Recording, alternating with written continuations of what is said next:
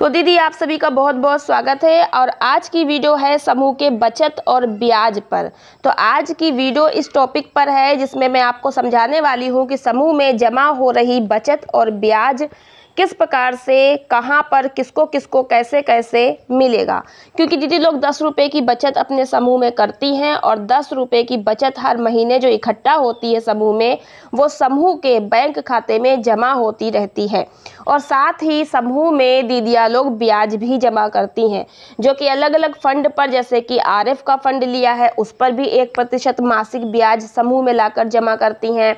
और जो सीआईएफ का पैसा होता है उस पर भी 1% से 2%, कहीं कहीं पर 2% है, कहीं कहीं पर 1% मासिक ब्याज समूहों में ला करके जमा करती हैं। अब दीदी लोग का प्रश्न है कि हम जो बचत जमा कर रहे हैं समूह के खाते में, उस पर कितना ब्याज मिलेगा, और जो ब्याज समूह में जमा कर देते हैं आगे चलकर इस ब्याज के पैसे का क्या होगा, और ये ब्याज का पैसा कहाँ जाएगा, किसके खाते में जाएगा। क्या ये ब्याज का पैसा सरकारी खाते में चला जाएगा जिस प्रकार से सीआईएफ का पैसा वापसी जाता है। तो आइए हम आपको इस वीडियो में सही तरीके से समझा देते हैं कि आखिर समूह में जमा कर रहे जो बचत का पैसा है और जो जमा कर रहे ब्याज का पैसा है, ये कहाँ कहाँ और कैसे कैसे जाएगा।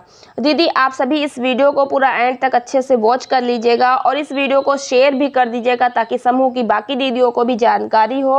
और चैनल को अगर अभी तक आपने सब्सक्राइब नहीं किया है तो वो भी कर लीजिएगा। सब्सक्राइब के बटन को दबा के, घंटी के बटन को दबा के फिर से एक बार सबसे ऊपर घंटी के बटन को जरूर दबा लीजिएगा, क्योंकि हम समूह से रिलेटेड वीडियो बनाते हैं, नौकरी से रिलेटेड वीडियो बनाते हैं और सरकारी जो योजनाएं ग्रामीण क्षेत्र के लिए हैं उससे रिलेटेड वीडियो बनाते हैं। और यहाँ पर आज की वीडियो में हम आपको ये समझाने वाले हैं बचत और ब्याज के बारे में। तो दीदी देखिए, समूह जब आप गठन करती हैं तो समूह का गठन होने के बाद समूह में सबसे पहले आप अपनी बचत ही जमा करती हैं। कोई भी सरकारी पैसा तुरंत नहीं आता है।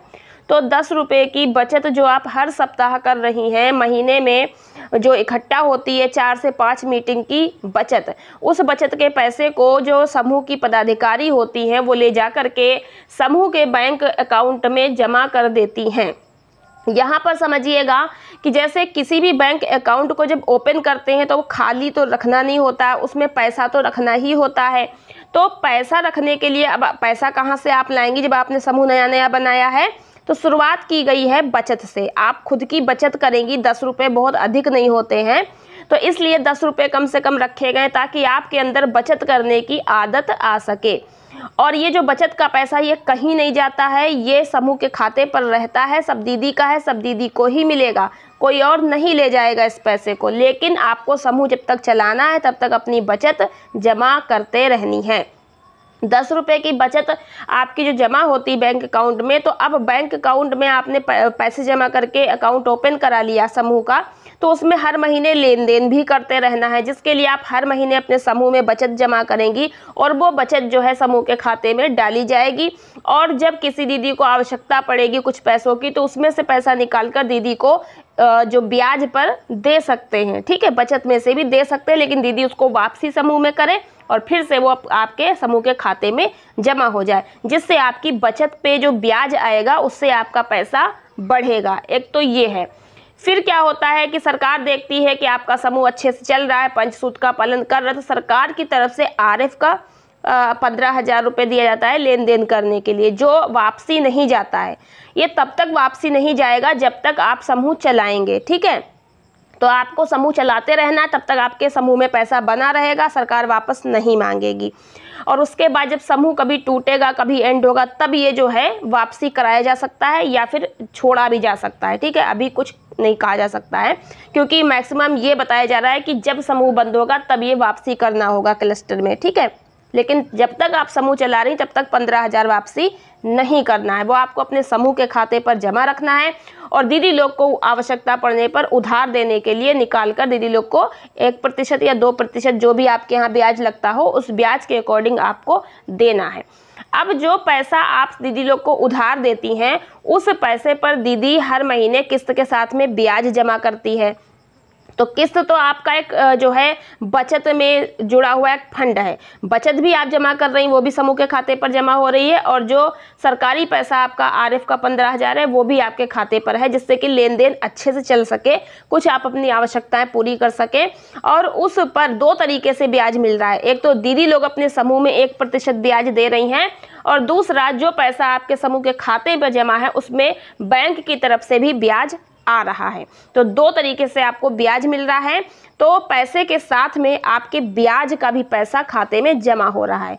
तो बचत भी जमा हो रही है, और जो 15,000 रुपये आए हैं उसकी जो आप लेन देन कर रही हो वो किस्तें भी आपके समूह के खाते में जमा हो रही हैं, वो पैसा समूह के खाते में जा रहा है, और साथ ही उस पर जो ब्याज दीदी लोग ने जमा किया है वो भी समूह के खाते पर जमा हो रहा है, और बैंक की तरफ से भी उसमें ब्याज बढ़ रहा है। इससे आपका पैसा बढ़ता जा रहा है। ठीक है, अब बात करेंगे समूह में दूसरा फंड आता है CIF का, सामुदायिक निवेश निधि, 1,10,000 रुपये।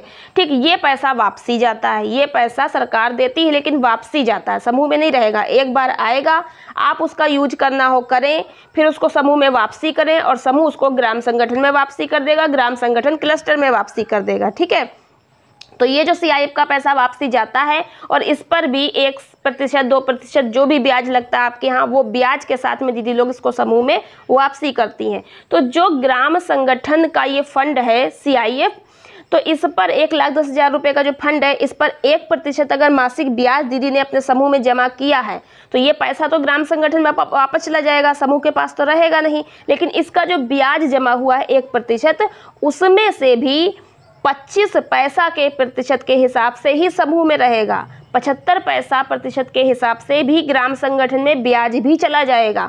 तो जो इसमें से 25 पैसा के हिसाब से आपका ब्याज है, वो ब्याज भी आपके समूह के खाते पर जमा किया जाएगा। ठीक है, तो इस प्रकार से आपका पैसा बढ़ता जा रहा है। तो अब प्रश्न है कि दीदी लोग जो बचत जमा कर रही हैं, इस पर कितना ब्याज मिलेगा। तो दीदी देखिए, इसमें कोई फिक्स नहीं है कि हाँ आपकी इतनी बचत टोटल 5 महीने की हो गई, 1 साल की हो गई, 2 साल की हो गई, अब इस पे इतना % ब्याज बनेगा, ऐसा कुछ नहीं है। ठीक है, समूह में सबसे पहले आप जान लीजिए कि जो ब्याज का पैसा होता है वो समूह के खर्चों में भी खर्च होता है। समूह के क्या खर्चे होते हैं, जैसे पदाधिकारी बैंक जाएंगी, किराया देना है, और BK का मानदेय निकालना है, ब्लॉक जाना है तो खर्चा है, कोई डॉक्यूमेंट जमा हो रहे हैं, फोटोकॉपी वगैरह, उसका खर्चा है। तो कुछ समूह के अपने भी खर्चे होते हैं जो कि इन्हीं ब्याज के पैसे से निकाले जाते हैं, क्योंकि जो आपकी बचत है उसको थोड़ी खर्च कर देंगे, सरकारी पैसा थोड़ी खर्च कर देंगे, उस पर जो ब्याज मिलेगा वो आपका एक्स्ट्रा है, वही आप खर्च कर सकते हैं। तो इस तरह से खर्च करें कि फालतू खर्च ना हो, ज़रूरत पे ही खर्च करें, अधिक से अधिक पैसे को बचाने का प्रयास करें। ठीक है, तो अब जो पैसा ब्याज का आपने ज़रूरत में खर्च कर लिया है, उसको माइनस करने के बाद जो ब्याज बच जाएगा वो आपके समूह के खाते पर जमा रहेगा। अब समूह आपका चलता रह रहा है, जो कुछ ब्याज बच रहा है तो वो जमा इकट्ठा हो रहा है।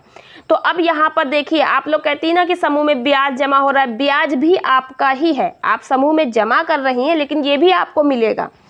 जब कभी 5 से 6, 10 साल में आप समूह को बंद करेंगे, एंड करेंगे, तो टोटल अमाउंट देखा जाएगा। जो पैसा सरकारी होगा वो तो हटा दिया जाएगा, लेकिन जो आपकी बचत का पैसा है, जितना जितना जिसकी बचत बनी होगी वो दीदी लोग को बचत वापस कर दी जाएगी। और जब बचत वापस करने के बाद जो कुछ ब्याज का टोटल पैसा अगर खाते पे बच रहा है, तो वो टोटल पैसा को गिना जाएगा, देखा जाएगा कितना पैसा है और कितनी दीदी हैं। अगर समूह में 10 दीदी हैं तो टोटल पैसा अगर आपका मान लीजिए 10,000 रुपये है, तो 1,000 रुपये हर दीदी को पड़ जाएगा। तो ब्याज के पैसे का भी बंटवारा कर दिया जाएगा, जितना टोटल अमाउंट होगा वो बराबर बराबर सब दीदी में बांट दिया जाएगा। लेकिन अगर ब्याज बच जाता है, थोड़ा बहुत बचेगा ही, क्योंकि अगर आप अच्छे से समूह चलाएंगी तो समूह का बहुत हाई फाई खर्चा नहीं है। BK का है, किराए का है, तो रोज़ तो कहीं जाना नहीं है, कभी कभी जाना है तो किराया निकलेगा, BK का भी निकलेगा।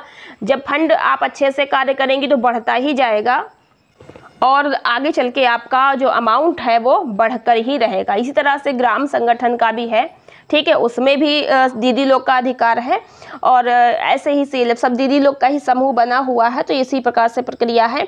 तो आपको यही करना है कि समूह को इस प्रकार से चलाएं कि पैसे की अधिक से अधिक बचत हो सके। आशा करते हैं आज की वीडियो से आपको काफ़ी समझ आया होगा, और इसी तरह की वीडियो देखने के लिए चैनल को सब्सक्राइब नहीं किया जरूर कर लीजिएगा, वीडियो को लाइक शेयर करें। आज की वीडियो को देखने का धन्यवाद।